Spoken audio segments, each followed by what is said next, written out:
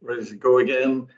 We come now to the Integrated Performance and Quality Report, IPQR, and I'm going to ask David Park, our Deputy CEO, to introduce this item and to do the choreography around it. David. Thanks very much, Wade, and good morning to everyone. You have our IPQR report, which was issued for the meeting today. It looks largely at our comparison against the remobilisation plan that was submitted through to Scottish Government, and looks at our planned activities over these last months since the beginning of the financial year.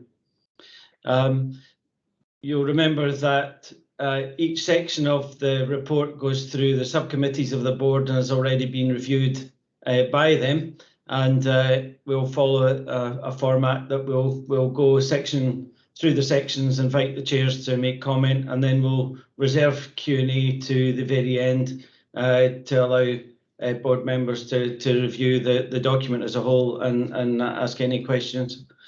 The format of this has changed since the last time it was shared, and thank you for providing feedback through the various forums around the report. It's still a work in progress, and we look to continue to refine it so that it meets the requirements that you would have, and your feedback is welcomed on an ongoing basis. It's probably best maybe not done in terms of formatting in the meeting itself today, but happy to take feedback out with that. Obviously, one comment that was made laterally was around some of the historical information, because obviously we've got 2 months worth of data in the report here for some of the sections. It does make it quite difficult comparing with the previous 12 or 18 months, given the COVID restrictions and the change in activity over that period of time. But obviously that data build up will happen as we go through the year. So I'm going to follow the sections that are outlined in the report and the sequence that they're in. So we'll come to performance first, and I'm going to ask Catherine Sutton to just to pick out some highlights in relation to scheduled care, Louise for unscheduled care and mental health, and Fiona Davis if she wants to add any further comments from an Argyll and Bute point of view for either of those two sections, and then come to Alex Sanderson if he has joined us, if he wants to add any comments as chair of the Performance and Finance Committee. So Catherine, first of all. Thanks, David, and I'll try to be as brief as possible and happy to take questions at the end of the total presentation. So as you can see from the report, our performance in terms of outpatients has been is very well on track, and indeed is ahead of plan. We are doing well in terms of seeing patients both face to face and indeed through virtual means as well.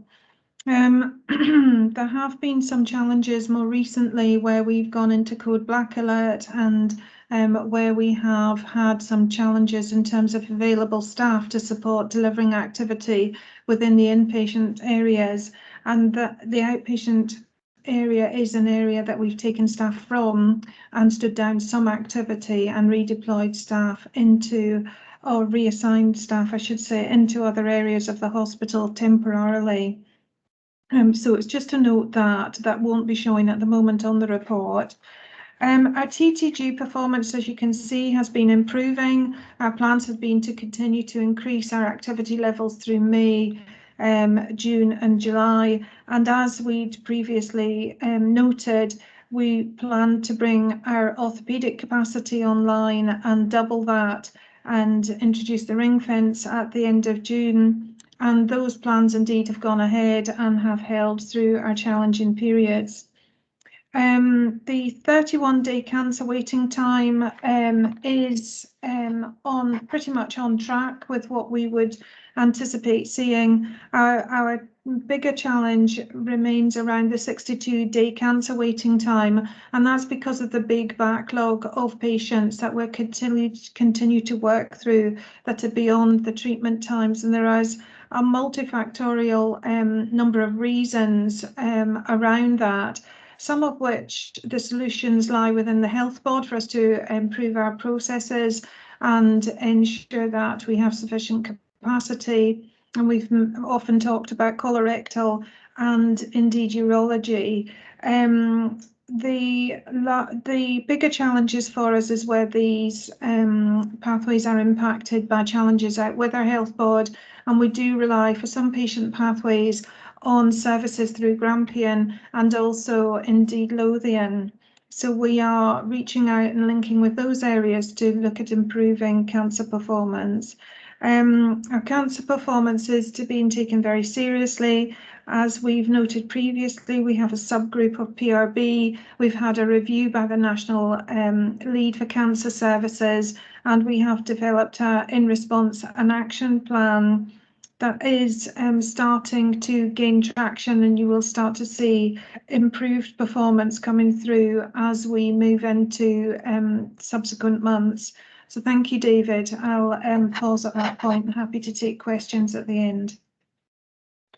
Thanks, Catherine. Louise? Apologies, just got a tickle at the wrong moment. Okay, in terms of unscheduled care, we've got our first unscheduled care programme board took place on the 6th of July, and that's very much to try and bring together all the individual pieces of work that are going on around unscheduled care. And certainly in the report, you'll see mention of the Flow Navigation Centre and the need to schedule unscheduled care where possible, but also to look at how we move people through the system in the right place for the right care.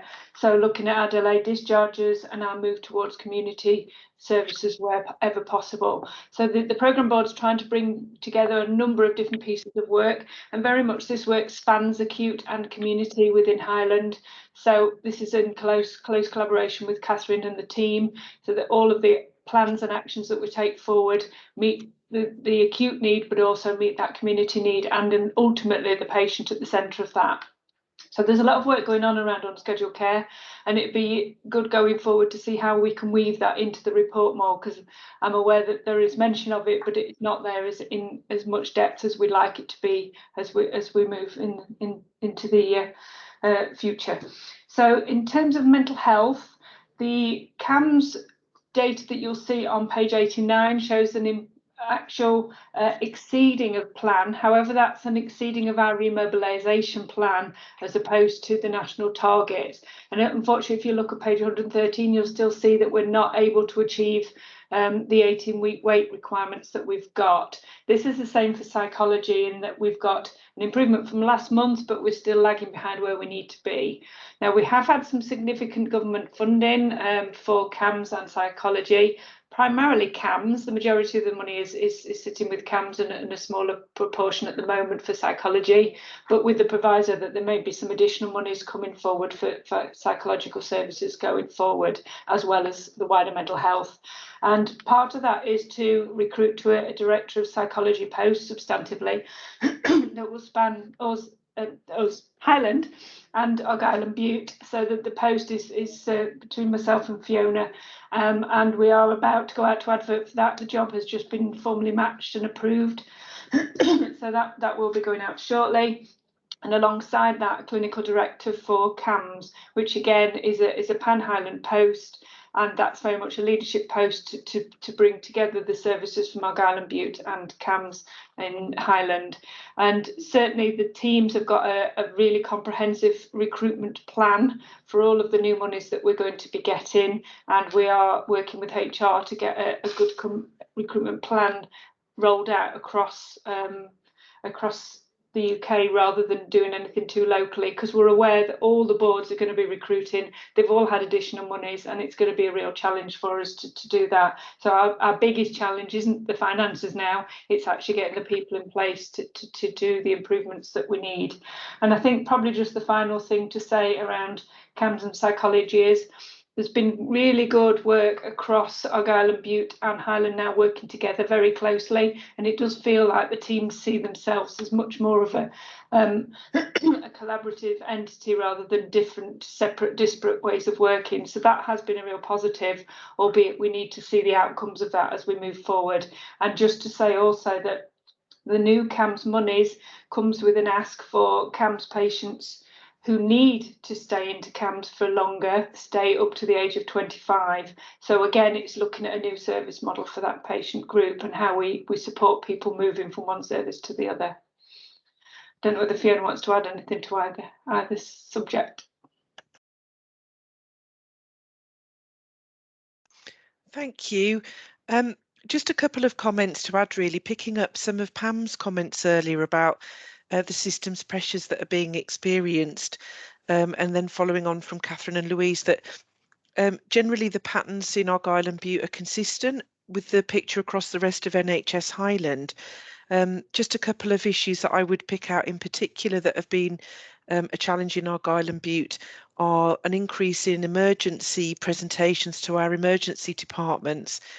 We have small emergency departments throughout our community and rural general hospital network in Argyll and Bute, and we have seen quite an uptick in presentations and activity at a time when we've also been having the workforce supply issues that Pam referenced earlier. So that has been a particular challenge for us in Argyll and Bute over the last few weeks. We're working with the Unscheduled Care Board that Louise has just made mention to look at how we can improve our systems and processes to try and mitigate some of that pressure as we move forward. We've also, due to the same type of workforce supply issues, noticed a particular difficulty in delivering our care at home services, some of which we provide in-house and some of which we work with third sector providers to provide, and we've had increasing challenge with hours being handed back by other providers, and that has had a knock-on impact on our delayed discharge numbers in Argyll and Bute. I'm sure most colleagues will know that our figures in Argyll and Bute are generally on the lower side for delayed discharges, and we sit quite far down the national average position across Scotland. That's just moved a wee bit, but we're keeping a close eye on it. It's not something we would want to see moving in the wrong direction. And so we, again, will be working with the Unscheduled Care Board on systems around how we continue to work on those delayed discharges. Thanks, Fiona. And I think it's fair to say at this point the system pressures that we're experiencing are not just unique to Highland, but they're experienced nationally. And I know that's the experience of a number of boards and integration authorities that are feeling the same pressures for the similar reasons. And some of that we need to examine in terms of is that part of our remobilisation plan? Is it the pathways that have materialised as we come out of COVID, and how can we positively influence that? So there's going to be a lot of learning and development as we go forward. But thanks for those summaries. If I can come to the clinical and quality section and invite Heidi, first of all, to talk around infection control, and then Boyd, and then I'll come to Gaynor after that. Thanks, David. I'll talk, I think, today about infection prevention and control mainly, but I also wanted to let the board know that we've just been advised about our falls reduction targets. Health Improvement Scotland are launching an 18-month acute adult collaborative that starts in September. It's being launched then. We've been advised that the government is looking for a 29% reduction in falls to be achieved by 2023 and a 30% reduction in falls with harm. We've got an excellent track record of falls reduction in NHS Highland. We've seen a 29% reduction in falls and a 34% reduction in falls with harm over the last few years, which we've actually sustained. So we will look carefully at where our baseline is going to be taken from, but we welcome the target, and we're looking forward to achieving that for our patients. Moving on to infection control, I'm sure people will have noted that the data in the IPQR is quite old data. It comes from the end of last year. And the reason for that is that that's our most recent validated data. Our data has to be validated by Health Protection Scotland. We produce it as a board, and then there is, as I say, validation, but there tends to be a delay in that validation. But I have taken an updated report with current data to the Clinical Governance Committee on the 1st of July. So I'm happy to brief you around that current data. So in relation to Clostridium difficile, we're doing well in terms of the target. The target is that we see no more than 14.9 cases per 100,000 occupied bed days by March next year. And we're currently sitting on 15, so we're well on track to meeting that target. Similarly with Staph aureus bacteremia, the target sits at 15.3 cases, no more than that per 100,000 occupied bed days to be achieved by March next year. And we're currently sitting on 13.5, so we're actually overachieving against that target.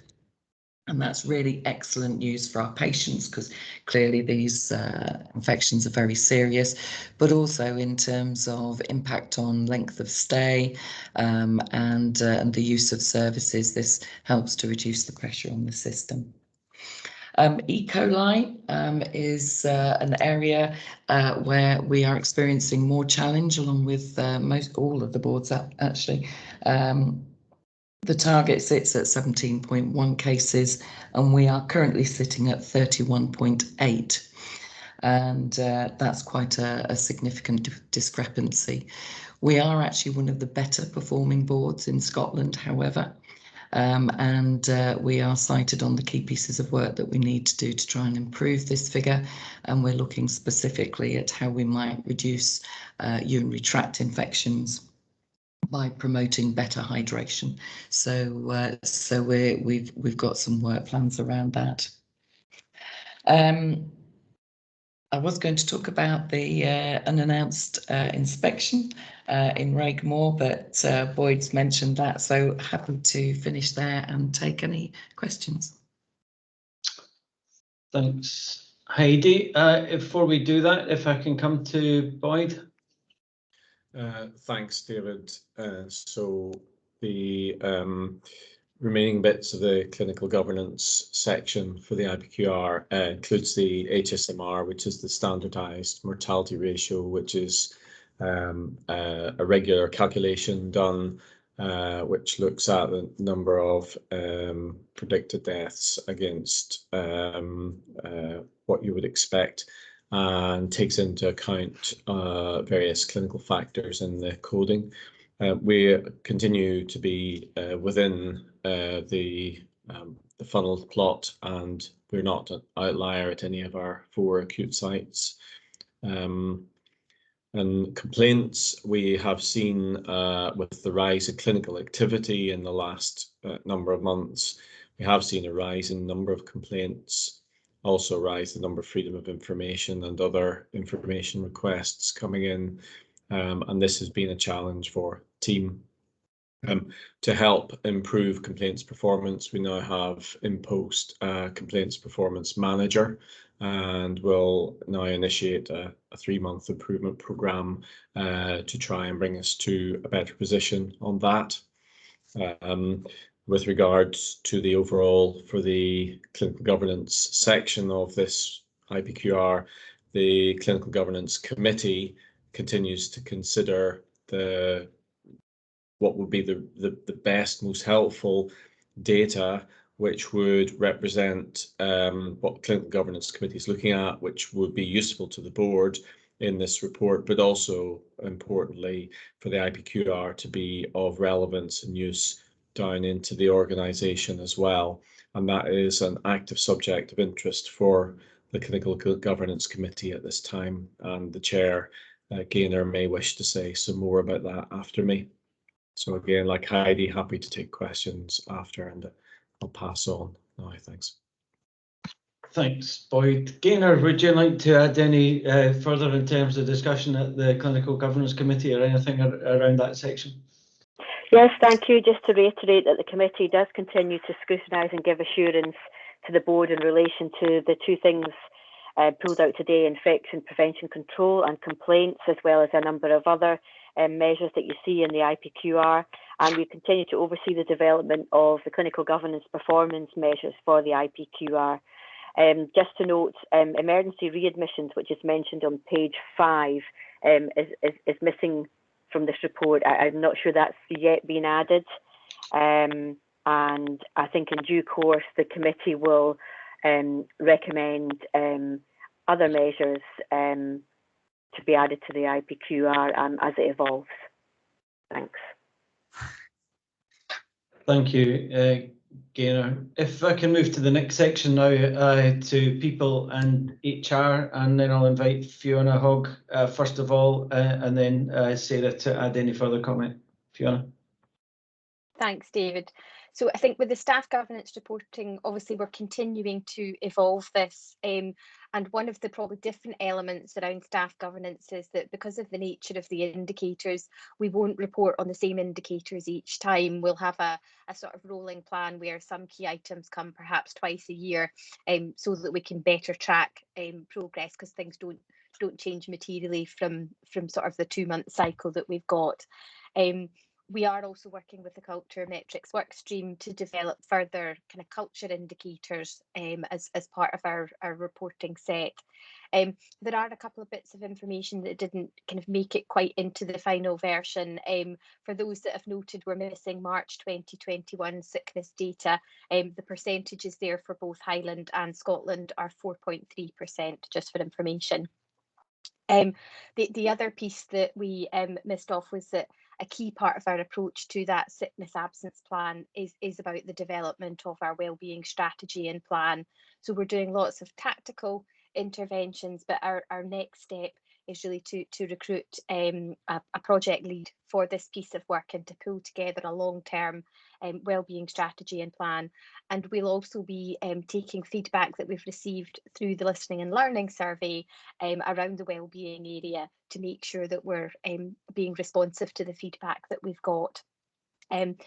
I think the other piece that is a key part around our sickness absence, and it's also come up in some of the other conversations right throughout the meeting so far today, is that additional recruitment into key posts is critical in improving our resilience. And that's a key factor in particularly short-term absence, where people have been under pressure for such a long period of time and our permanent establishment is sort of under recruited.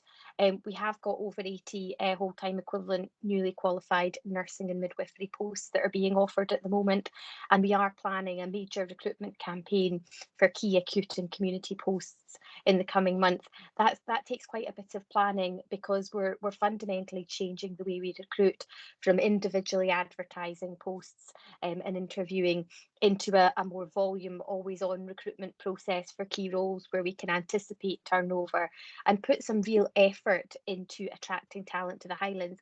We know for some of the key posts we've been out to recently, we have been really successful, and it's how we organise ourselves to really capitalise on that and get the maximum value from the efforts that we put in. So that's an ongoing piece of work for us. And our job train recruitment system has recently been upgraded to allow us to use talent pools and manage speculative applications, which again will not only improve our recruitment, but it'll also improve the candidate experience, which is key for us. A couple of other things that we featured this month. We're a year on in May from when we partnered with the Validium to deliver our employee assistance programme, and that continues to be well used by colleagues also with managers in occupational health able to make referrals. And this is all about providing advice and support at a time it's needed. And we're continuing to work to promote that service. We had a really good presentation yesterday to the board, and we'll also be rolling that out to our systems leadership team to make sure that this is a service that people will only need from time to time, but it's really important that when people need it, it's been made available to them. And what we did see is in the period between February and April, when our services went under huge pressure, we saw an almost doubling in contacts into that service. So that's positive, and it shows that the service is understood and being accessed. The other service we're reporting on this month is we're coming towards the end of our first year of our independent Guardian Speak Up service. And again, that's been hugely successful in providing an alternative route for colleagues to address concerns. The promotion of that service, albeit virtually, has been really consistent throughout the year, and the take-up of that has significantly exceeded what we expected, which is a real positive sign as well. Finally, I just wanted to note we have included some data on bullying and harassment cases raised under that policy over the last year. We are working hard to improve the data that we can collect on that system. We are commissioning a full case management system as part of our culture and people processes work stream. But in addition to the high level information we presented there, in a future report, we would bring a detailed update, more sort of looking at the timescales and the outcomes for cases. We are seeing a really substantial increase in the number of people using the early resolution process, which is a really positive step. And our new cases that are being raised are being tackled more timeously, although we do still have some complex cases that we're working to get to the end of. But actually, a lot of the work that we'll be talking about later around the culture programme is all about how we prevent relationships breaking down in the workplace and how we support managers and colleagues to work together to make those better. So happy to pass back to David now. Thank you. Sarah, did you want to add anything from the Staff Governance Committee? Thanks, David. So just very briefly, as Fiona mentioned, and also Pam mentioned, we've got things coming up on the horizon, which I think are going to be very key for us as we evolve the data that we present. The richness of data that's going to come from the listening and learning survey, what we get from our partners in Villadame and the Guardian service, as well as the case management. The important thing for us as a committee that we're considering is which metrics we present to give assurance to the board that the processes are working as they should and within the correct timescales, but more importantly, that we as an organisation are getting the outcomes that we need from those processes in supporting our staff. So it's a changing picture, but we look forward to being able to bring some more meaningful data in the future. Thank you. Thanks, Sarah. And finally, if I can come to Dave Garden around the finance section, please. Thank you, everybody. We've eagle-eyed Jerry O'Brien noticed a corruption again in our PDF conversion from Word to PDF, which we haven't quite got to the bottom of. So I'll point it out on the capital table when I get to capital at the end, but I think it's something we really need to be very careful around and get to the bottom of, because if we're converting a document to PDF, you don't expect the numbers to change when you're doing that. And certainly from my perspective, it's a bit unsettling. The tables you've got are at month 3. It's fair to say that we face similar uncertainties as we did to last year in terms of both funding and in terms of the run rate, if you like, of our expenditure for the year. In terms of funding, we still have uncertainty around what remobilisation funding we are going to get. We've had some partial announcements, as members will be aware, but not all of that has been announced yet, and we're now consolidating and submitting a version 4 of that plan at the end of this month and in September as well. We've also had uncertainty around the basis behind funding for COVID. We've had a first tranche of that funding in June to cover the first quarter, which was allocated initially on a hybrid of NRAC and historical cases, which we're in discussion with the government around whether that's a relevant basis to allocate funding upon. And we've also got some discussions with government around the funding for the Agenda for Change pay settlement right now, where it looks like we're receiving approximately £1.8 million less than we need. And again, we've got a meeting tomorrow with the government to go through that and establish the basis that they've allocated the money on, because we seem to be disproportionately affected than other boards. So we need to get to the bottom of that. So we've uncertainty in terms of, it's like a negative sense in funding, and there's also a kind of bizarrely a positive sense in that we're getting lots of other allocations. So Louise alluded to CAMS and mental health funding that we're getting, and there's a range of other allocations that we're getting that we're adopting a very optimistic, if you like, expenditure profile on, as if we were going to spend it all. And from previous experience, we know that we won't be able to recruit everything we need to recruit during the course of this year. It'd be really good from a service point of view if we can. So we know there'll be some slippage in those allocations, which again will offset expenditure as time goes on. So month 3 is quite early to be able to fully assess these things. And the forecast I think you've got in front of you right now, and we're hoping will improve as it goes on. So in terms of the funding, and I've mentioned remobilisation and the shortfall in pay. The meeting with the government tomorrow, I think we'll be able to go through those areas of uncertainty we've got, and hopefully get some clarity moving into month 4. In terms of expenditure, we currently have overspends being reported, forecasted in acute in the Highland Health and Social Care Partnership, and also in a number of other areas such as tertiary income and expenditure. Now, it's incredibly difficult to forecast expenditure this year, given we normally use trends to forecast expenditure based on previous years, as well as our service knowledge and things that we know are changing, because things are so incredibly different to what they have been in previous years. The forecasts that we've got right now, I think, are, it's fair to say, certainly the Health Social Care Partnership, are potentially worst case scenario forecasts. And what we're in the process of doing right now, moving into month 4, is doing deep dives into all those services and all those forecasts to understand the assumptions that have been made, and to, if you like, quality prove them. Given that the usual basis for forecasting is no longer valid, then we need to all be signed up to the basis for which we're currently forecast. But as it stands right now, as at month 3, we're suggesting that there is a potential overspend of £3 million in acute, a potential overspend of around £2 million in the Highland Health and Social Care Partnership, and just under £2 million between tertiary income and tertiary expenditure and other areas of expenditure. We hope to have these, if you like, firmed up going into month 4, and to have a much more accurate, if you like, basis behind the forecasting that we're doing for the rest of the year. I think the area that's causing us concern, if any, really is in terms of savings delivery. The board will know that we have a £32 million very challenging savings target, which includes £3 million of adult social care. So excluding that, there's a £29 million, if you like, health savings target, and £25 million of that has been allocated to the PMO. Now, as it stands right now, our unadjusted pipeline in terms of savings is potentially £16.6 million against that £25 million target. And actually, our risk adjusted figure, which is always lower at the early part of the year, is around £8.2 million. And the still remains around £3 million of unallocated savings that we haven't allocated to work streams yet.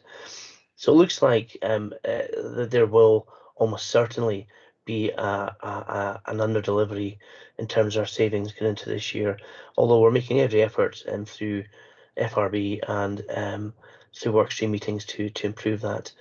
And we're even having some discussions at EDG about how we might maybe slightly refresh how we're approaching our savings through FRB and other areas. But I guess we can't take our eye off the fact that, as Catherine and Louise and Fiona have mentioned, the pressures on the service right now are significant, and we're seeing people's attention diverted into managing the service, and not necessarily fully on savings that we have in previous years.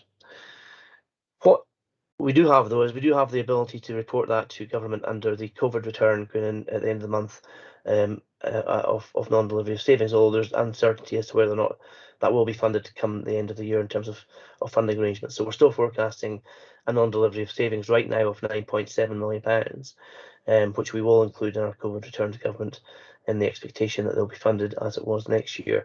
But until there's absolute certainty around that, then we will continue to report it as a potential risk. So as it stands, the monthly forecast is effectively saying that there's £16.5 million of a potential overspend at the end of the year against a balanced budget position, which clearly isn't what we had hoped at the start of the year. As I said, we do hope to improve the forecast expenditure and bring that down slightly. We do think there's some pessimism in there, which we need to bring out in the deep dives, and we do expect to improve our savings delivery as the year progresses, and I'm expecting this to be I feel like a worst case scenario, but one that we'll be discussing with government after our quarter one review. In terms of capital, the table that you have in the IPQR shows a potential £73.5 million of capital expenditure. We've currently spent £8.3 million, and mainly on the two big schemes that we've got in Badenoch and Skye and the elective care centre. The big corruption within the conversion of this is against Cowell Hospital, which is showing £1 million in the original plan, whereas in the actual Word document table had £2 million in there, and the column doesn't add that because of that £1 million somehow being transposed over that number, which is something we need to get to the bottom of. But overall capital, it looks like we are going to be very tight in capital because our discretionary capital spend is relatively small in relation to our overall spend, and we have significant projects in our estates around the Rigmore lifts, etc. So we've got a very, very tight capital programme this year that we're monitoring very closely through Asset Management Group. So right now we're forecasting to spend that £73.5 million. I'll stop there and take any questions, I guess. Thanks. Thanks, David. And apologies, Chair, we have gone over our time a little bit in terms of those summaries, but it may well be that board members have any questions for the team.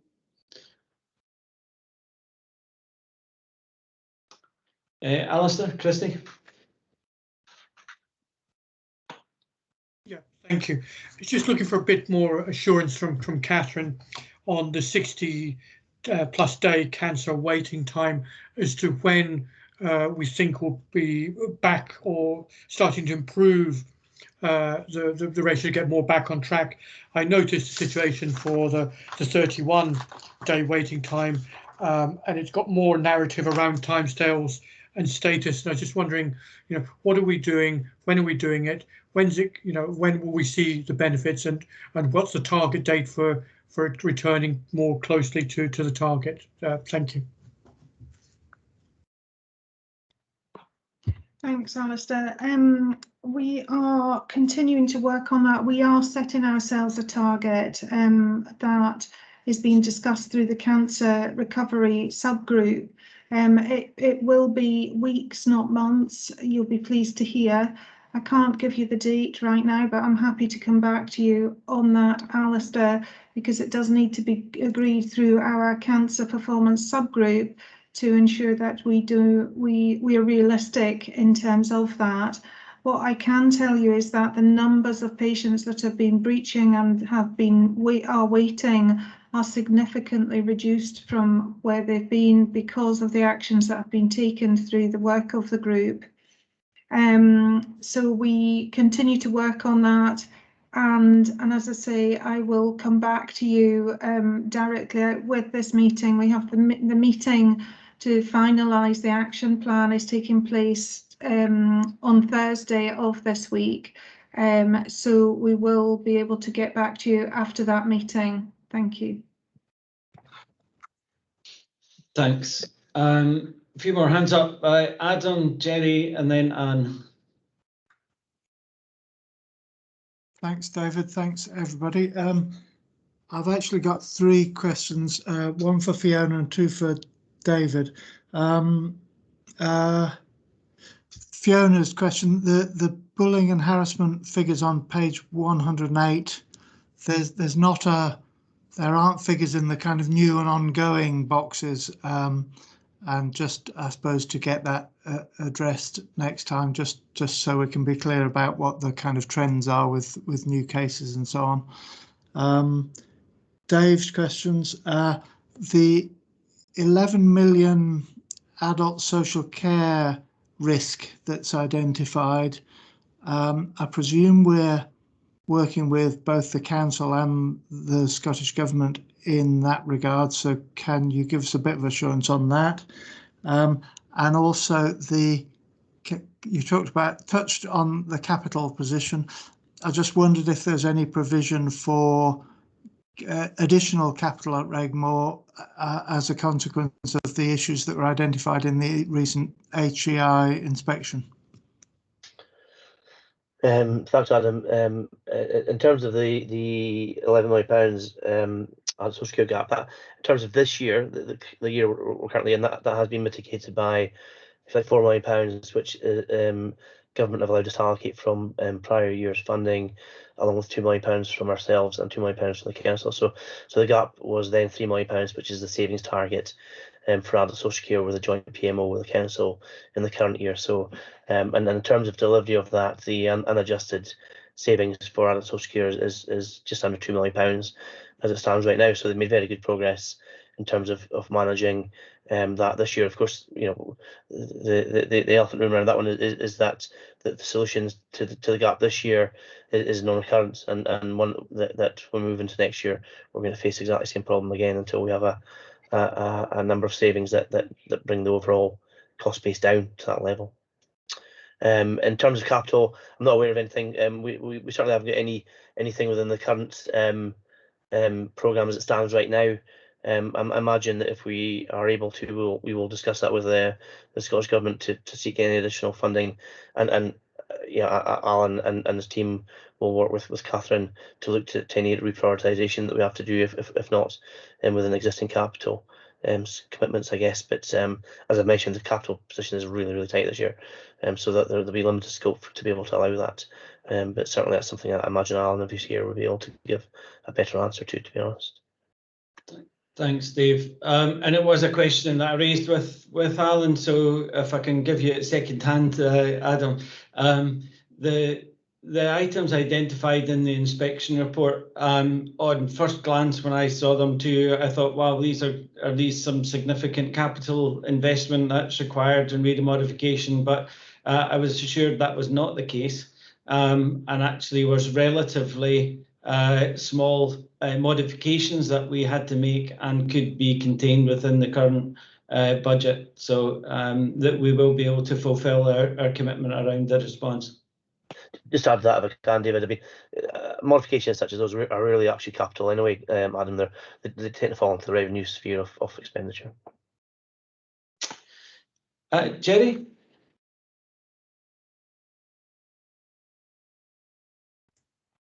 Thank you, David. Probably a couple of observations rather than questions. Alistair's really picked up my first point, which is about the 62-day cancer wait. And I just wondered, Catherine, when the action plan is getting pulled together, I did see the diagnostic tests we were behind on as well, and I would expect that to have an impact on the 62 wait as well. But I'll wait to see what the action plan says when it comes out, and it was really then my second point was really just towards David, just to almost commiserate on the vast breadth of uncertainty that seems to be in the system at the moment, particularly as it relates to funding and expenditure. So I will hold any questions until Dave is able to give us an update and when he's had his meeting with Scottish Government colleagues tomorrow. But it's I have rarely seen something where we've actually had so much uncertainty in the system, even at the beginning of the year. So thank you.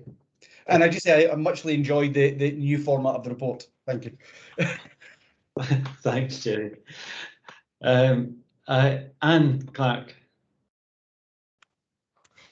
Thanks, David. And just again on the report, it was really good to see the additional indicators around staff governance in the report. So that's great. Thanks for that, Fiona and her team. Had a couple of questions. Obviously, I was asking about inequalities earlier on. The report draws our attention to the decline in performance around the first presentations for antenatal services, and I wondered if we could get some explanation of the reasons behind that and the improvement plan, if there is one, to tackle that issue. And the other issue is I wanted to ask about is also around cancer. And I noticed a reference in the report to a change in Scottish Government guidance around investigations, suggesting that this would now focus on cases where symptoms are persistent. And I wondered what the implications of that might be for our performance, which has been quite good in comparison to others hitherto on early detection of cancer, or whether that is something that really is done through the screening programme. But I just had a concern when I saw that about whether that would actually in fact lead to problems down the line in terms of people presenting with more difficult and complex cases. So assurance on those 2 points would be appreciated. Thank you. Thanks. Maybe I'll take the second one first. I don't know, Catherine or Boyd, if you wanted to comment on the second one, and then we'll come to Heidi for the antenatal one. Yeah. Which one? Who do you want to go? Sorry, Catherine, did you want to add comment, or would you prefer Boyd to do that? Yeah, what I was going to say is that part of what we have been looking at as part of that recovery action plan is our referral processes, and we have noticed that we do have a very high number of referrals that are classified as cancer, and there is work that will be going forward in discussions with our GP referrers over the classification of cancer referrals and which patients should be referred legitimately under the cancer guidelines. So, it may be that at the moment, Anne, there are some people that aren't being referred in accordance with the new guidance. But as we start to address some of the challenge that we have in the system already with that, it could be that balances out the volume. What we're trying to do is get overloading the diagnostic services with too many prioritised patients, which makes it incredibly challenging for them to respond timeously to the pathways and meet the needs of these patients. So it'll be interesting where those conversations take us to. I'd suggest that we definitely need to bring more detail to you on this that we really can't cover in the integrated performance report around our plans for cancer recovery, which really are quite comprehensive. Thanks, Catherine. I wonder, and we can take this offline, but given the level of interest, it may well be that we can provide additional information specifically around cancer services to the board, either at a development session or a board meeting to which we can make arrangements afterwards. One thing I omitted to provide a response to was Adam's question for Fiona. So Fiona, can I come to you?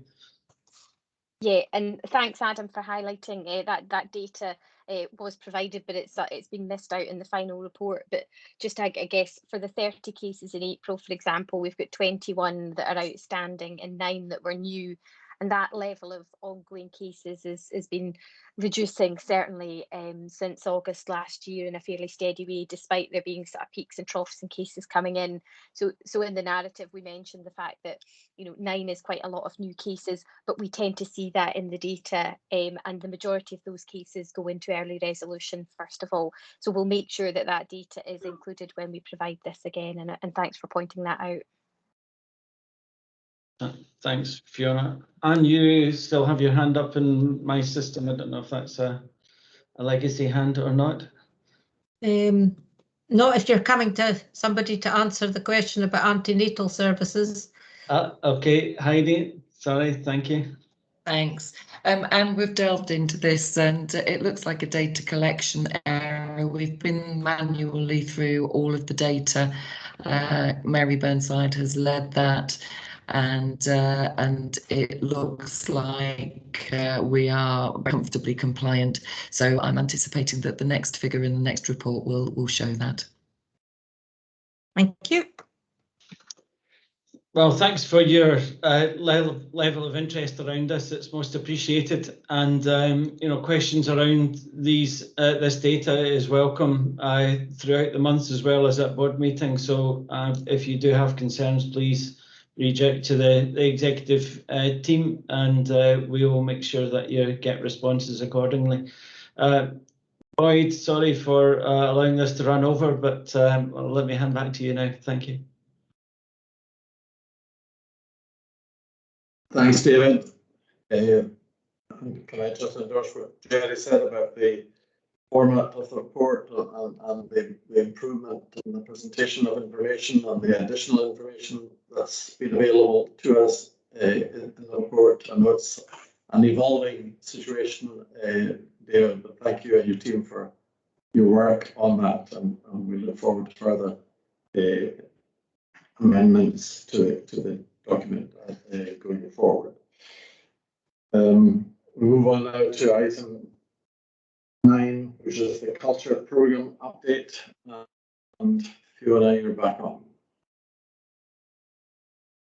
Thank you, Boyd. Yeah, so a fairly short report this time. We've got the latest version of the Culture Programme status report. The headline there is that we're amber, but hoping to return to green in September, as many pieces of our key work will be moving from the design stage into piloting. One of our key pieces of work is a collaboration across 3 of our work streams, values and behaviour, civility and leadership and management development. And that's about designing a team-based culture intervention, which will be piloted in the coming weeks. And it's really about working with teams across the organisation to help them understand our values and how to bring them to life, and how we can work together as teams, building on our strengths and developing stronger relationships. And so alongside our management development offering and our plans to roll out Civility Saves Lives, this really will help us start to make a step change in how we work together and work towards our aspiration to make this a really great place to work. You'll also note that our people processes work stream is coming back on track after some challenges due to competing demands and also some long-term absence in the team. There's some really good collaborative work underway. We're having great success with our Once for Scotland policy training, lots of managers engaging in that and finding it really helpful. And that's really not just about the policies, but about how to effectively manage challenging situations when they come up. And we know that's at the root of when things go wrong. If we can effectively avoid things going into policies, that's the real success.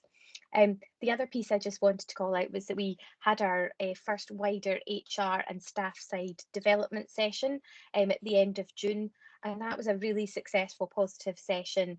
And it's really important for us that our trade union and our HR colleagues who are working on the ground, supporting the cases and the situations that arise, if we can help them build relationships, awareness of our respective roles, and be really productive in the way that some of the senior teams across staff side and HR already have, we know that's going to have a positive impact on how we manage these situations too.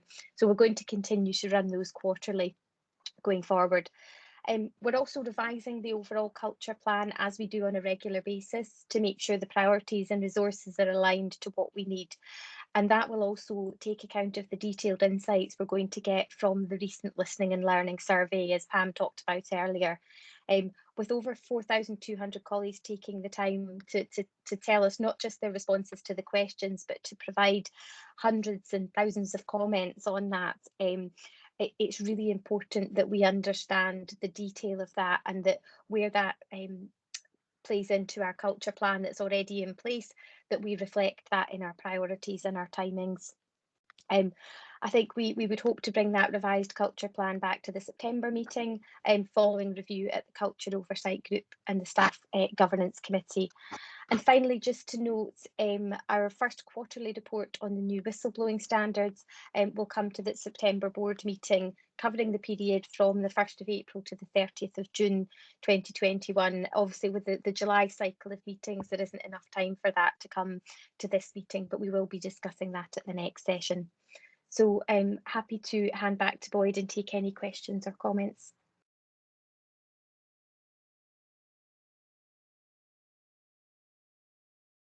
Okay, colleagues. Fiona, you went mute at the end there, but we'll just go to questions and comments. Adam and then Sarah. Thanks, Boyd. Thanks, Fiona.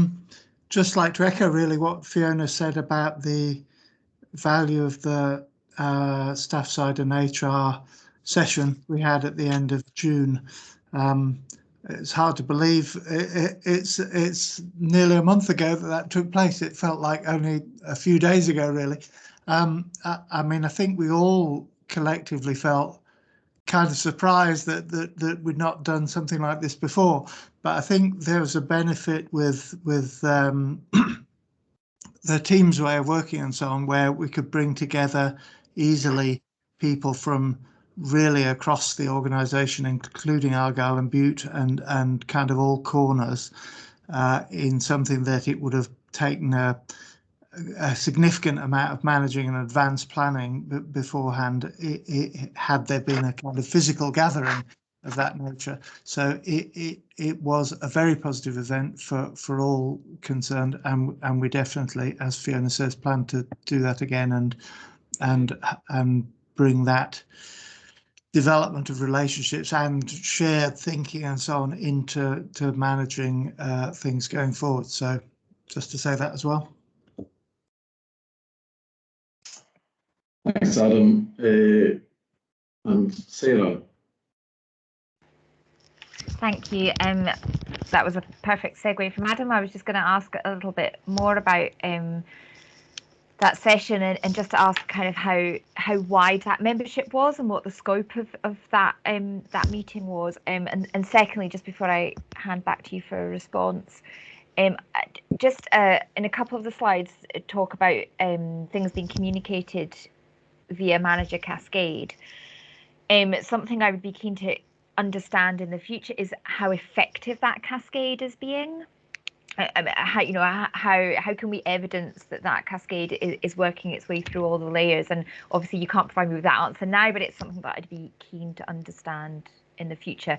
And just that we might have also fallen victim to the formatting issue. I noticed that the risks had fallen off the slide for the leadership dashboard, so we'll just pick that up for next time. Thank you.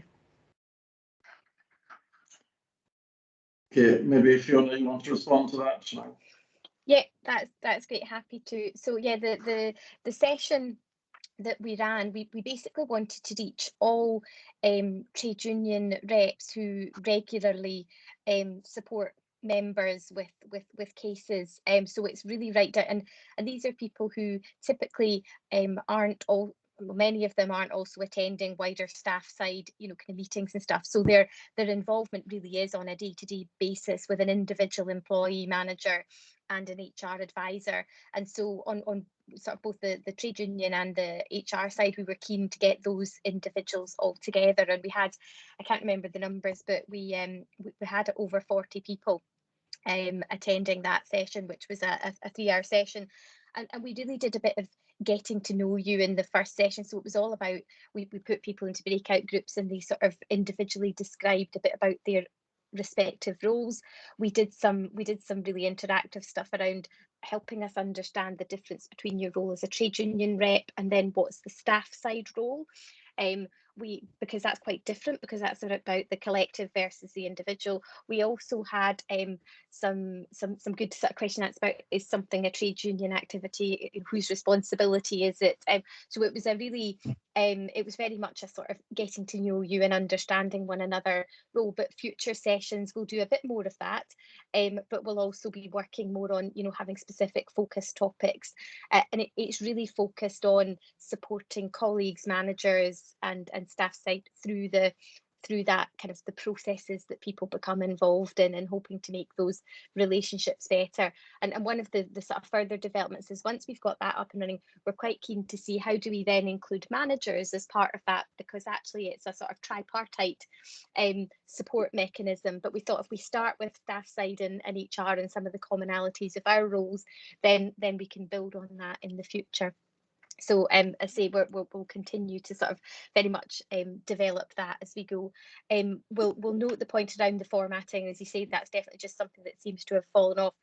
Your point around the manager cascade, it is absolutely something that we wrestle with. It is a preferred method of communication, because as managers we all have our own individual operating rhythms for talking with our teams, for understanding their issues and for sharing information.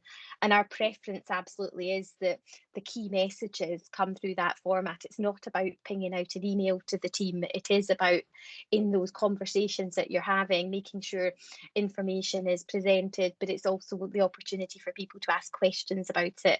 I think it's fair to say we've a huge amount of difference in different areas about how effective that is, and there are practical challenges, but nonetheless it's something that we need to keep working on as a priority, because we don't want to be broadcasting communications around really important things like this. We want to be people having conversations and discussions in their teams.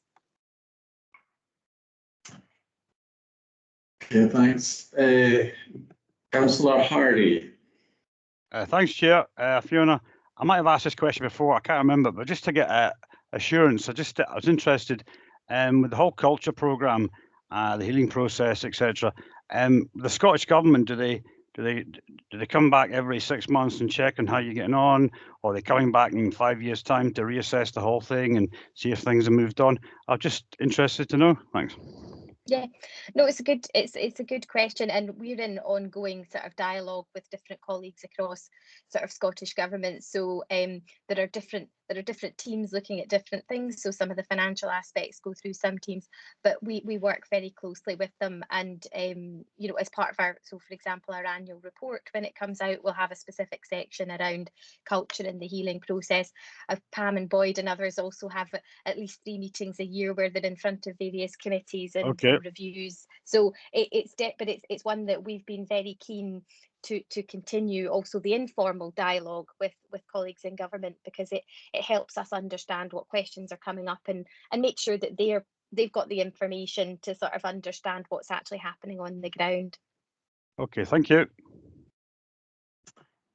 Eric. Thank you, Chair. Thank you, Fiona, for your report.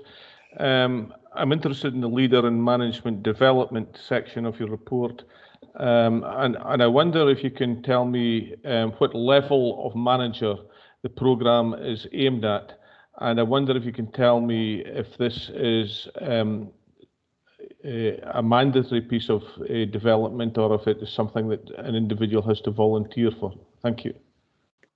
Yeah, happy to do that, Bert. And I think the idea of the programme, it is, you know, ideally it's a programme that starts before somebody becomes a supervisor or a manager, and it's about us equipping people with the skills and knowledge to be able to carry that role out effectively.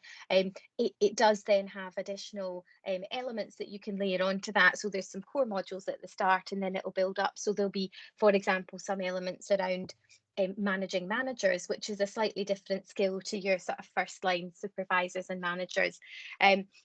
It absolutely is something that we would regard as being mandatory. However, what we do have to sort of, I guess, recognise is that in terms of the initial deployment of it, we'll have quite a substantial backlog. So we'll want to work through prioritising a good spread of that kind of development whilst we catch up. But it is, you know, sort of going forward, we would want to be in a position where we're preparing people for taking on their first leadership role. And what we have found is that there are a number of other things that we have access to nationally within the NHS that do tend to focus maybe at the sort of band 8 and above type development. And so we're linking into that to make sure that obviously we have the right access to those current and future programmes, and that what we deliver locally kind of complements that. But it's absolutely something that our aspiration would be that before you are, you know, it's a bit like getting your driving licence. Before you get in the car unsupervised, you know, you would have gone through at least the key parts of the training programme. Okay, and just on that work stream and the glitches there, there's a date missing as well, Fiona. Right. Sign of the Integrated Culture Team Intervention, the revised date. Anne. So Fiona, it's really useful to have this new format of reporting, which really clearly sets out where we are with the programme overall. And so the question that I want to ask is whether you are satisfied, comfortable that we have the right balance in delivery between external resources and engaging our own staff in delivery of the programme. I suppose my concern is that I think that you have a huge task in your hands to get this into green by September. And we've also acknowledged several times today the operational pressures within the system and the difficulties that gives us in terms of engaging our staff in delivery in a co-production way with this. Now, obviously, there are competing considerations here between the cultural improvement that will come from the staff engagement against the finances in terms of etc. So I appreciate this is a difficult balancing act, and that, you know, actions are underway. So it's a question in my mind, and I wondered where you are at with that at the moment. Thank you. Thanks, Anne. It's a really good point, and I think we are now at the point where we can really push forward with that heavier reliance on some external support for the piloting and the delivery from our team's perspective. I think, as you say, the design phase was slower than we'd hoped, but partly because I think we had a lot of conversations to have internally with the leads and the organisation about what did we want some of these things to look like, what are the priorities, and making sure we got that bit right, which does require that level of internal understanding and awareness. But as we now go into delivery, we will absolutely be having a blended delivery model, which we can phase up and phase down using additional external facilitators. But the balance is necessary, because we kind of do need to have some input to that from our own kind of teams as well, not just the HR team, but the broader organisation. So that's definitely a key part of our plan going forward. I think the bigger challenge to some extent is about the organisation, and it's how do we get this to the right people at the right time and release the resource to be able to have people go through some of these programmes without, you know, which is for their benefit, but without us, you know, kind of doing it in such a way that it actually makes the operational pressures worse. So, but for me, that's one of the reasons why, if we have a good level of flexible external resource that can help us deploy this, if we can work out what the capacity of the organisation to absorb it is, then we can dial up and dial down that resource to deliver it as and when needed. But it has been a challenge to get to this point, and I still think it, you know, I'm under no illusions. We've got a lot to do between you know, sort of now and September, and that is a real sort of top area of focus for us. Yeah, I think that we as a board have to be cognizant of the resource issues here, and that while we have these work streams, we've also have a response to prepare to the Listening and Learning Survey. There will be further work required in that arena. So I think we do need to, as Anne says, as Anne has highlighted, look at the whole overall resourcing implications in order to make the progress that we need to make. Glad to see that Alex has joined us. Alex. Yeah, thanks, Boyd, and apologies for my delay in getting to the meeting. Yeah, just building on what Anne asked, Fiona, and what Boyd touched on resource issues. To me, it's a double-edged sword. You've got the resource to provide things like the value and behaviour, your design integrated culture team, and the intervention, and then the intervention pilots.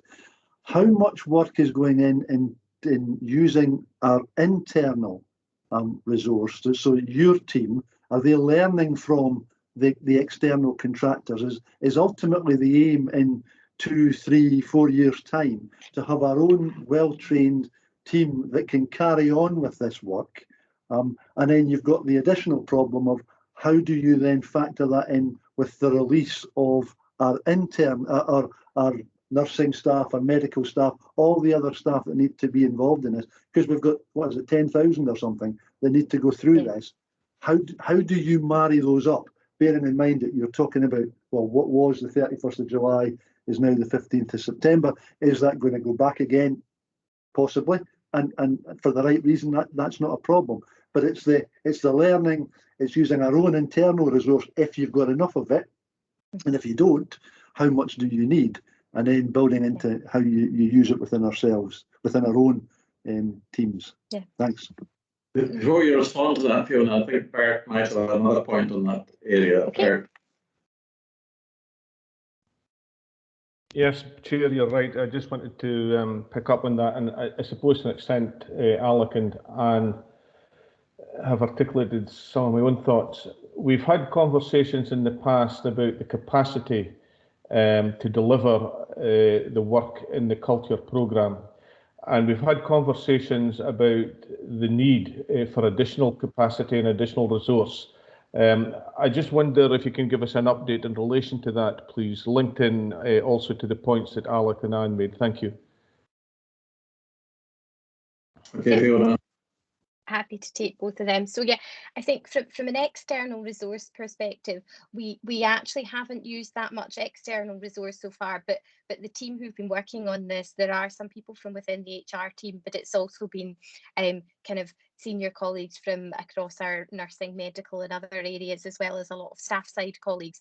So there's really a sort of a joint kind of team working on the design aspects of this. Where we're really going to step up the external support is as we've got this sort of product ready to roll out and to deliver, but it will still always be done with a combination of people from across the organisation. And we've got quite a lot of people in the organisation, not just from within our teams, who are skilled and experienced in facilitating and delivering things, so we can spread that load out quite sustainably. I think it is fair to say that yes, we have got the access to additional resource, and I suppose it's broader than just the HR team, but certainly over the last 12 months we've signed off and started recruiting into a significant number of positions to help support us with the delivery of a number of these pieces of work, and we're continuing to do that. The important thing, I suppose, is to do that at the right time so that we know exactly what it is that we want to bring in when we want to bring it in, and particularly to use, as you said, Alex, to use that external resource, one, to provide additional flexible capacity that we can really dial up and dial down as and when we need it. But also where we do partner with external organisations, it absolutely is about a sustainable transfer of knowledge, skills and experience. So once we get over a sort of surge of having to deliver a lot of things, we're actually then have that in-house capacity to be able to then make that sort of sustainably when it kind of settles down. So it's certainly something that we're continually looking at, but I think now that we've got a good view on what we can access and what it is we're trying to deliver, I think probably the bigger limiting factor is about us having a clear sight on how many people can we release at any given time to go through these programmes? What's the listening and learning survey results telling us about which we should be prioritising? And I think for me, the goal that we're trying to hit, and I think we should be able to hit, is that we've piloted both of these key pieces of work by September, so that we then have a clear delivery plan that can be scaled up and scaled down based on the capacity of the organisation. And hopefully what we'll also see is sort of towards the tail end of this year, our sort of large scale recruitment campaign will start to bring more resource into the organisation. And I suppose that's really the key in having a model where we're able to release more people to go through these particular interventions. Okay, thanks, Fiona. And we mustn't forget the healing process as well. There has been a huge investment of time in the healing process, albeit that we have a lot of external resource allocated to that. There's still a lot of internal impact in terms of resources as well there. Graham. Yeah, thanks, Chair. Yeah, just I think an issue with local politics in Argyll and Bute that probably about a year ago, major politicians within Argyll and Bute, Brendan O'Hara, Jackie Bailey, a few of the councillors are all pressurising in the media, etc., for another independent review in Argyll and Bute. And obviously that's diminished, but I'm just wondering, Fiona, do you have any correspondence with Brendan O'Hara or Jackie Bailey or some of the councillors? Because occasionally I do get asked questions about the healing process from the councillors, and I think maybe it'd be a good thing to correspond with these people. Thanks. Yeah, no, that's a good point, Graham. And we do, obviously, we provide a regular update to all of our colleagues in the councils and elected members on a weekly basis. And we also have a monthly call with the MPs and MSPs where we do a regular kind of culture update. But I think it is, as you say, I think one of the things as we analyse the results of the listening and learning survey, that will be one of the topics that we want to make sure that with elected members right across the spectrum, that we share that insights and our plans as to what we're going to do. Because really the listening and learning survey incorporated that, sort of further look into our culture, both in Argyll and Bute across the whole partnership and also the wider NHS Highland population. So it's definitely an important part of our continued communications. Okay, thank you. Okay, don't see any other hands up for this item, so we note the position as presented to us in your update, Fiona. Thank you, and thank your colleagues involved in preparing that, Emma in particular. Move on now to item 10, which is the board risk register, and we're being asked to look at the progress being made on that, and I hand over now to the other boy.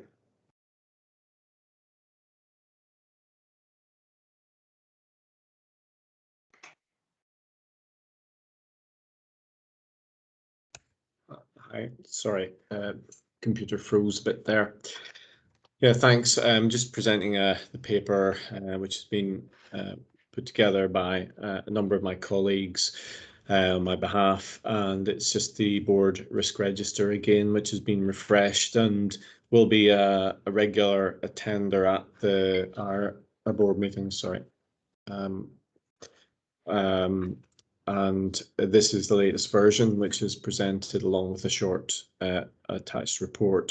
And so we have refreshed and reappraised some of the risks. There have been some pulling together of some risks into an overall corporate risk, with the split parts of the risks, especially in estates, sitting down within estates and expressed in a simpler format for the purposes of the board risk register. And the main message is that this will be an ongoing piece of work, which will come so that the board holds a risk register itself, but also we are working away at developing a whole risk system throughout the organisation. And indeed, there is an internal audit ongoing which will be actually assisting us in delivering the next phase of that programme of work. So with that short introduction, I'm happy to take questions or to allow whatever discussion Chair would wish. Thank you, Boyd. I have several people wanting to contribute. Susan, Gaynor and Alistair. Susan, first of all. Thank you, Chair, and thank you, Boyd, for this.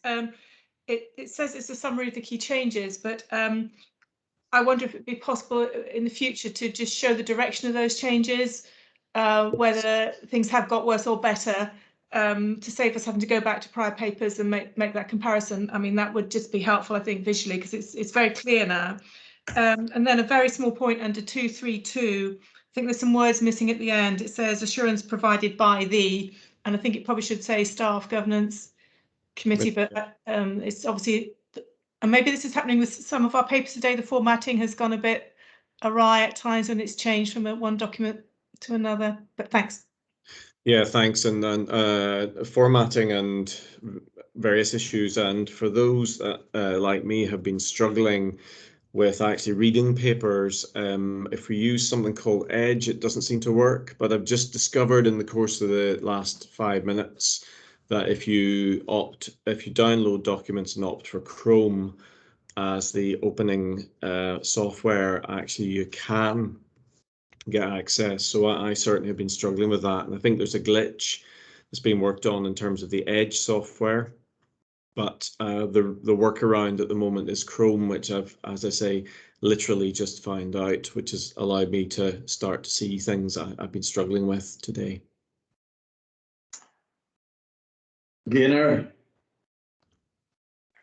Thank you, Chair. I think this is probably an appropriate point for me to update the board on the Clinical Governance Committee, who took a look at the risk register on the 1st of July, if that's okay. Sure. So a slightly different risk register that we saw on the 1st of July, but the 3 risks that were allocated at that time to Clinical Governance Committee still sit on this current risk register.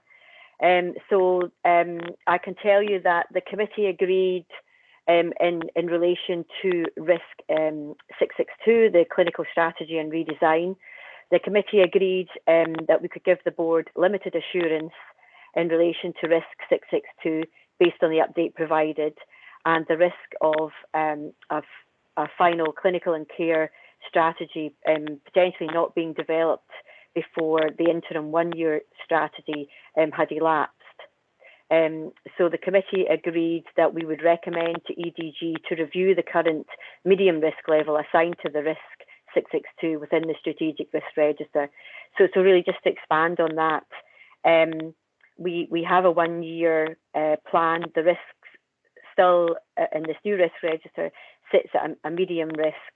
We're moving to a 3 to 4 strategic plan, and on the risk register we say that will be developed by the end of March 2022, which would kick in after the 1-year plan that we currently have would run out. The committee is not confident that we have received enough assurance that would happen. So that's why we were asking for that risk to be reviewed again by EDG.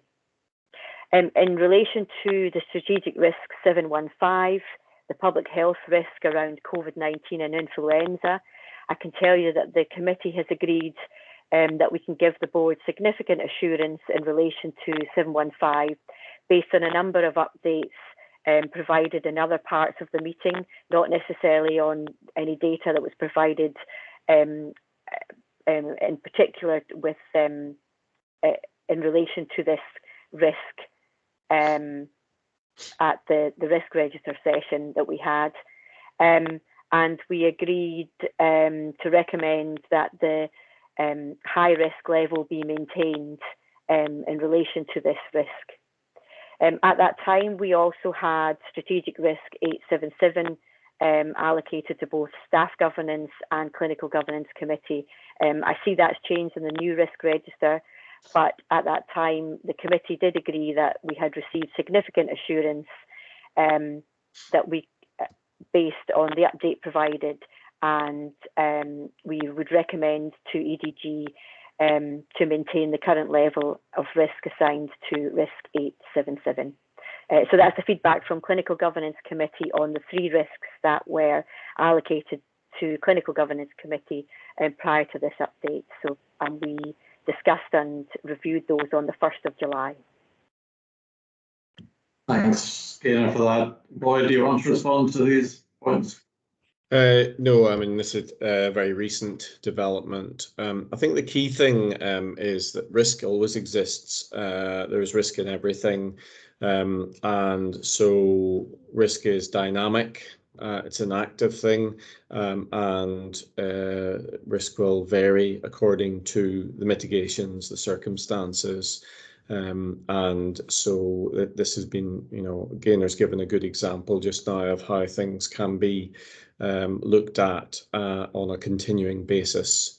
And so with regard to, if you take the strategy question, the 1 year piece is there, and the question would be, can it extend if required?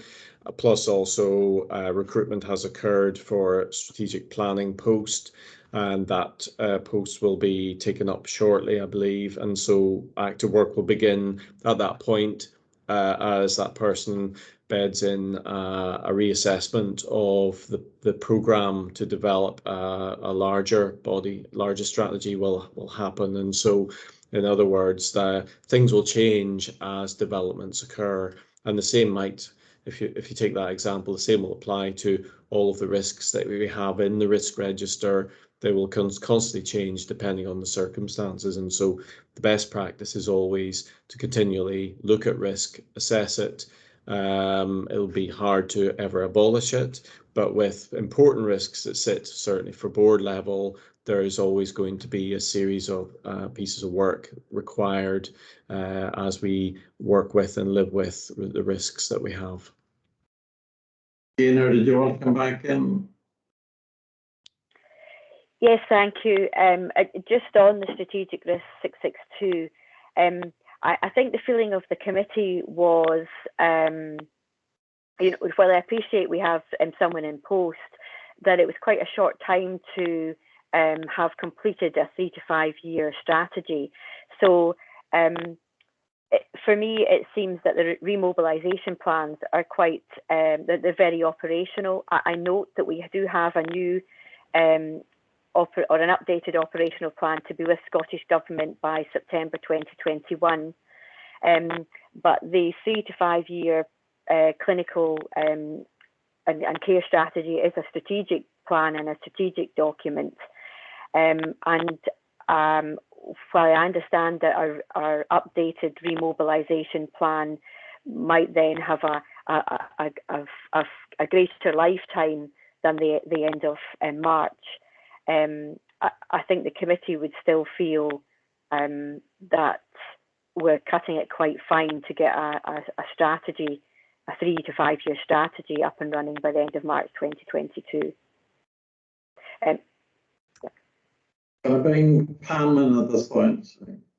Yeah, I think the point that Gaynor makes is a fair point, and it's one that we've been discussing already. I suppose there's a lot to balance here in terms of what we're trying to transition from and to, and the remobilisation and the ask of us within the context of how we've been working has been very much focused on that. How do we get back doing what we've always done in some ways, taking whatever we've learned and changed along the COVID journey with us. And the moving out of that space into a strategic space has been quite challenging and is quite challenging nationally.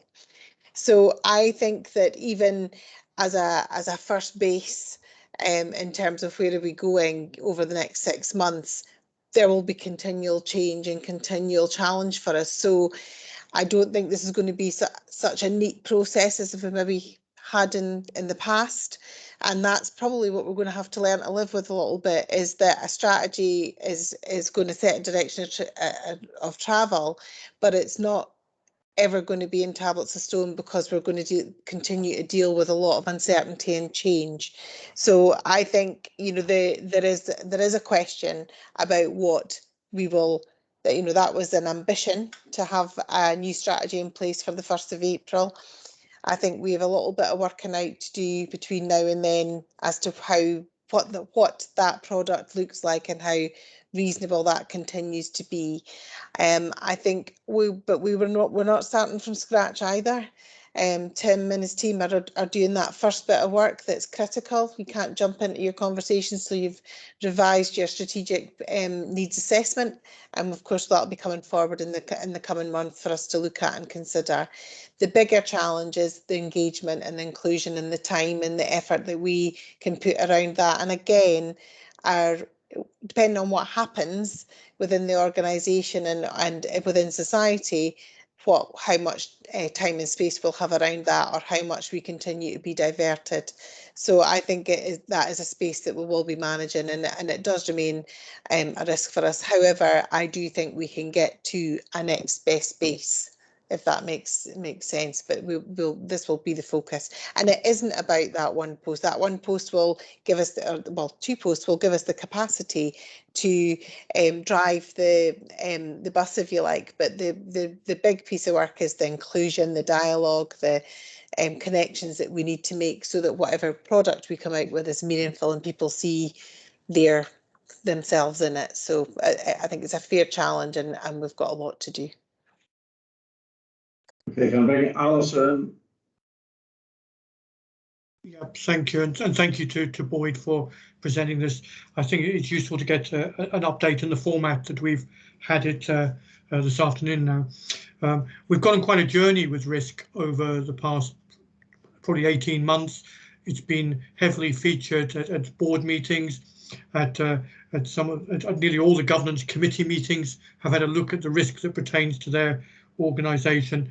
And I suppose there's two things I'd perhaps welcome some comment on from Boyd or Pam, depending on what they feel. One is how are we getting on, because the internal audit report was focusing on embedding and cascading the concept and risk management strategy throughout the organisation. So how are we getting on with that? And the second point is probably might be more for Pam, is compared to other health authorities, are we confident, and can you give us assurance that we have enough resource identified to managing risk and reporting to us as non-executive directors on the level of risk and the way we are actually evaluating and monitoring it in terms of resource and dedicated staff to it? Thank you. Maybe before I get Andrew to respond to Alison's points, I'll bring Alex in. So. Yeah, thanks, Boyd. Yeah, and thanks to the other Boyd too. That I enjoyed the report, and it certainly it's moving in the right direction. There's no two ways about that. It was building on what Alistair said, but also what Pam was saying. What I couldn't see in the risk register, maybe it's there, I just couldn't see it, is we've got a myriad of increasing issues coming. We've got the expectations of the public that we're now coming out of COVID and all the rest of it. We've got the backlog that's sitting there that all medical people are trying to work with. We've got the elective stuff, we're code black and we're coming down. So there's no risk there that I can see that covers reputational risk coupled with the additional workload coming from the backlog that COVID has produced, coupled with the increased risk of burnout of the staff because of all the work that they're doing to either sort the COVID or help sort the COVID issue or work with the backlog. To me, there's the risk of the perfect storm coming, and I'm just not seeing it captured in the risk register particularly anywhere. Thanks. Yeah, so Boyd first and then Pam. Yeah, there's a few bits in there. So the first thing, obviously, in coming to the board for the formal board meetings, we, as you know, have development sessions and get the non-execs and execs to work through risks, and it's very clear that we will need to do that on a rolling basis for perhaps twice a year or whatever. Pretty well most risks that we have sit further down within the organisation at departmental level. And so this overall strategic risk at board level will be a very different document to that which you would find within any part of the operational units. Some of the risks that sit between or among or in the operational units become escalated up because they have a greater strategic importance and relevance, and will reach board level.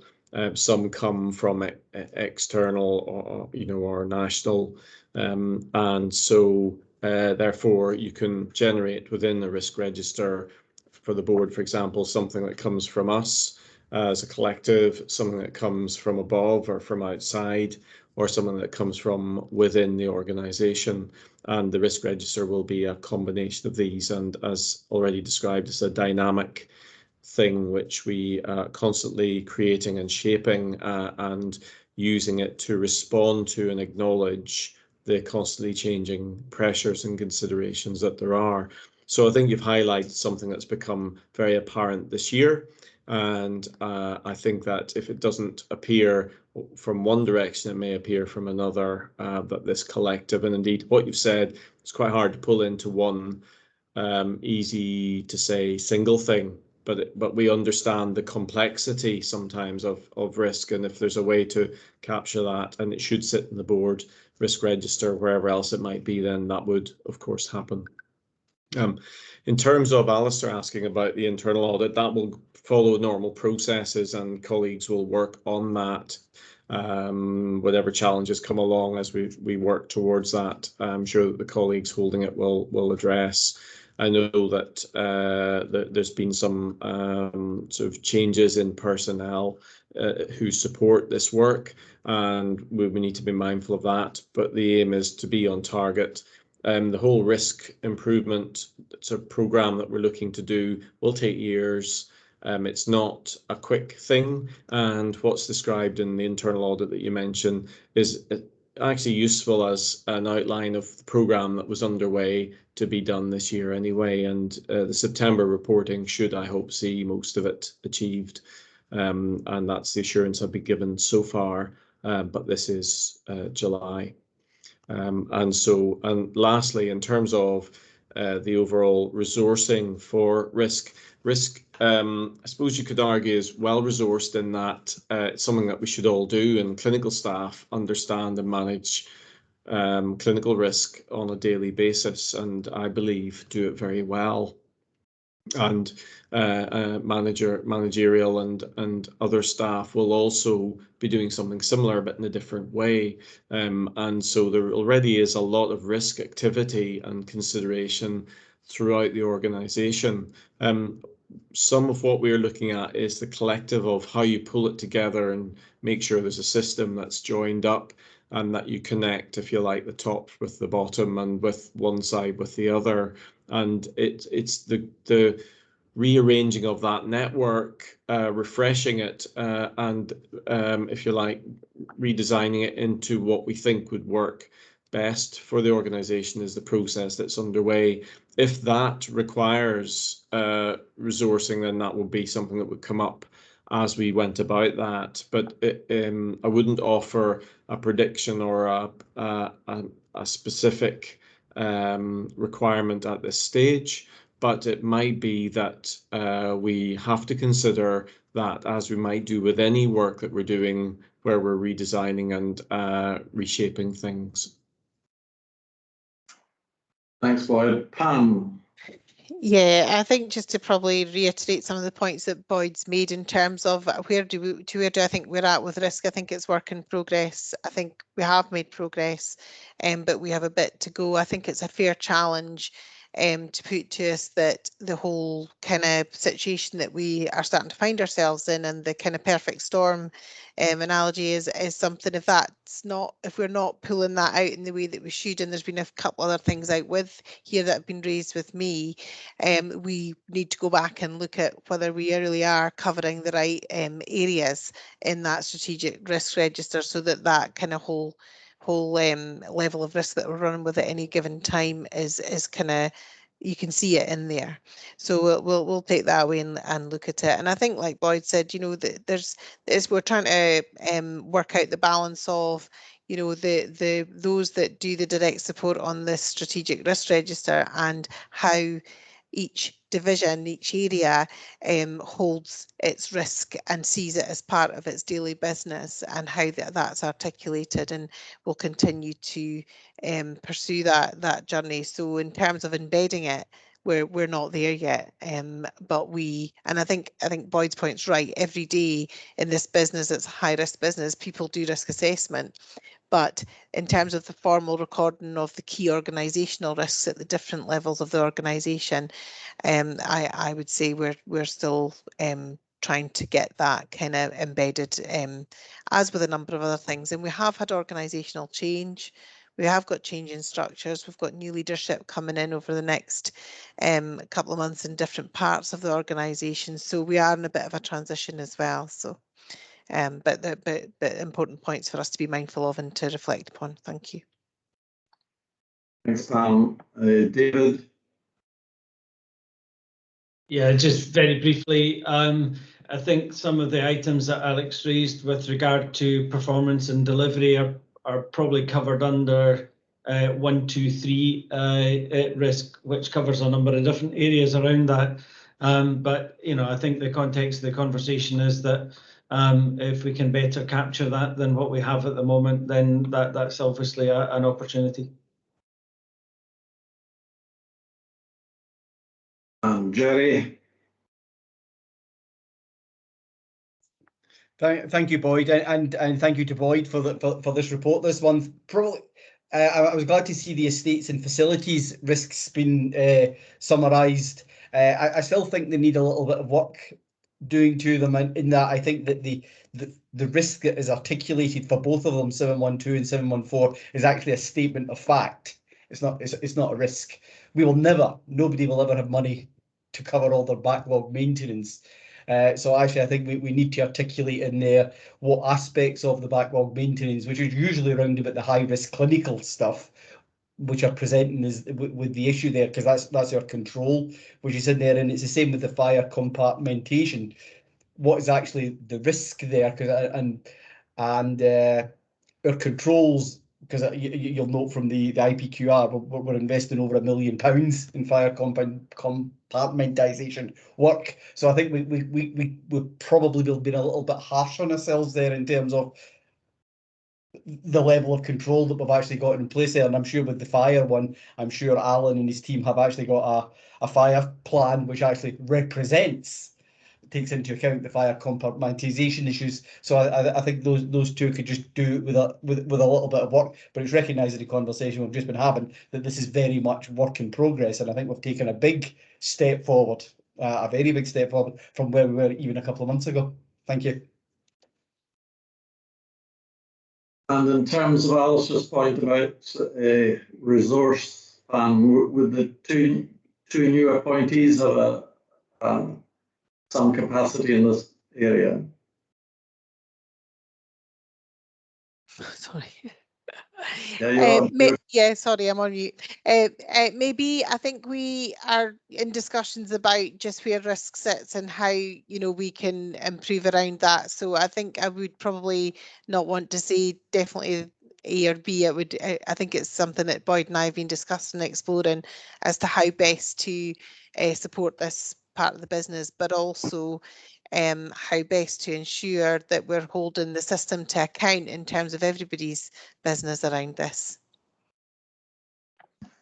But I was just going to add, I mean, in every board I've worked in, we've toiled with this at times and tried different ways to try and get it right.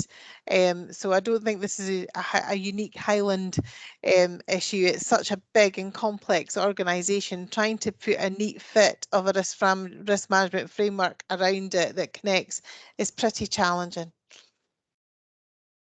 Yeah, I think we would all recognise that. Thanks. Can we move on then to the next item, which is the Gaelic Language Plan Monitoring Report, and Ruth is going to speak to that. Thank you, Boyd. Yeah, you'll remember at last meeting that you delegated authority to the Chair and Chief Executive to approve the monitoring report for the Gaelic language plan. Well, this is it in front of you now. It was submitted to Bord Gaelic within the due time scale. And whenever we receive any feedback from Bord Gaelic, we'll share that with you. So it's here for your noting and information. Thank you. Yeah, we had some discussion at the May meeting about how we would handle it, and as Ruth has said, this is really just for information today. And we move on then to the Governance and Other Assurance Committee reports, the assurance reports, I should say. And the first of these is from Audit. Alistair. Yes, thank you, Boyd. Again, the last audit committee discussed quite a few things, and some of you were present. A lot of you were present for quite a lot of it. Again, the risk management was discussed together with the board assurance framework, and I requested that the report on the board assurance framework was circulated to all executive and non-executive directors, so you could actually see the audit report. I think the key thing to draw attention to is the outstanding actions list, which will be represented to the next audit committee on the 7th of September, and we're expecting quite a significant improvement upon that, and I believe it's going through the senior leadership executive team first to get that, but I think we'll be really expecting some improvement on that, and a good grip on taking those forward to conclusion. Quite happy to answer any questions that people have. Boyd, thank you. Thank you, Alistair. Any questions, comments on the audit committee? Just noting that you're intending to have a development session later in the year about board assurance framework with Stephanie. That's good. Can we move on then to the FRP committee and Alex? Yeah, thanks, Boyd. Yeah, we had a meeting. The main point to highlight, and Dave stressed it again today, was the issue and the risk of the savings target. That's certainly a concern we have and continue to have, and we'll keep an eye on that as we go. We didn't do the self-assessment review in this meeting, but we did it in the July development meeting that we had, and that fed into the discussion that we had yesterday. Thank you. Okay, any questions for Alex? Or points? If not, can we move on to the Highland Health and Social Care Committee and to Anne? I don't have anything to add to the report, Boyd. Thank you. Does anybody have anything to ask or points to make? No, don't see any hands. Then move on to clinical governance and to Gaynor. Thank you, Chair. We were delighted to welcome our 2 new public representatives, and we also introduced a new item that we're piloting in relation to patient experience. Other than that, you have the minutes before you, and I've already highlighted today the assurance that the committee took around the risk register items that we discussed at the meeting in July.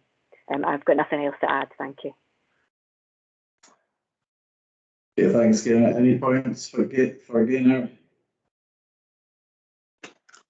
If not, we can move on to the area clinical forum, and Katrina is deputising for Margaret today. Katrina, as vice chair. I don't really have anything to add to the report that's there. I think everything is quite self-explanatory, unless anybody's got any questions. Any questions for Katrina? Don't see any hands up. And move on to staff governance and to Sarah. Thank you, Boyd. 2 things I want to draw the board's attention to is the ongoing work around statutory and mandatory training, which is still an area of challenge for us. And the second thing that I wanted to highlight was we received a report from Kate Patience-Quate on the nursing and midwifery workforce review. It was a very important report that came to the committee, and members will be able to see a bit of the detail there, and are happy to pick up any questions out with this, but just to make sure people were cited on that. Thank you. Okay, thanks. Sarah, any points arising from the staff governance minutes? Okay, Sarah, you're on again. Argyll, Bute, IJB. Me again. So members will be able to see for the minute, we actually took quite a lot of significant reports at the last IJB. Too many to go through here, but I just wanted to highlight that we had our own piece of work on our strategic risk register at the IJB, which was a little bit overdue and was very welcome. We had a very productive workshop with support from our internal auditors to review the IJB strategic risk register, and that's something that we have tasked Fiona with keeping on top of as we go forward. Just to kind of close the loop on something, we had a report back on our equalities outcome framework at the IJB, which followed on from the mainstreaming report that we heard at our last board meeting here. So that kind of tied that up nicely as well. And I think that's the two things I wanted to highlight. Thank you. And that was Fiona's first taste of the IJB. Yep. Any points from colleagues in Argyll and Bute on that? Or indeed anybody else?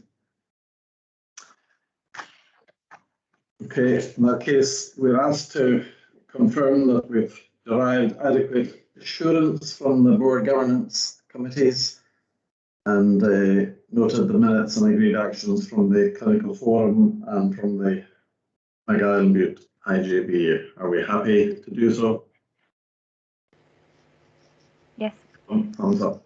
Yeah, okay, thanks. Is there any other competent business? Or are you feeling hungry?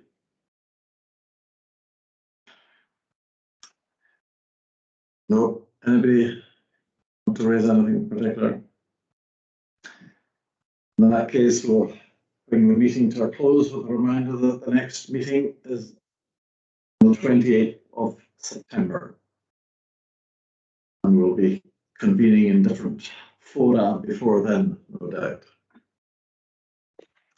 Thank you all for your attendance today, and thank you all for your contributions today. And we'll be to remind you that we have another in-committee board meeting, which is scheduled for 2 p.m. I don't know if you want to, that's fixed in stone, Ruth, or want to adjust the timing at all? Well, given that everybody that would be attending the in-committee meeting is in this meeting right now, that's entirely up to you. If you'd like to do it any earlier, that's entirely up to you to decide right now. Could I suggest 1:45? Would that meet with your approval? Perfect. Yeah. Okay. Let's convene at 1:45. Thank you. Thank you. Cheers. Thanks, Chair. Thanks. Thanks, everyone. Thank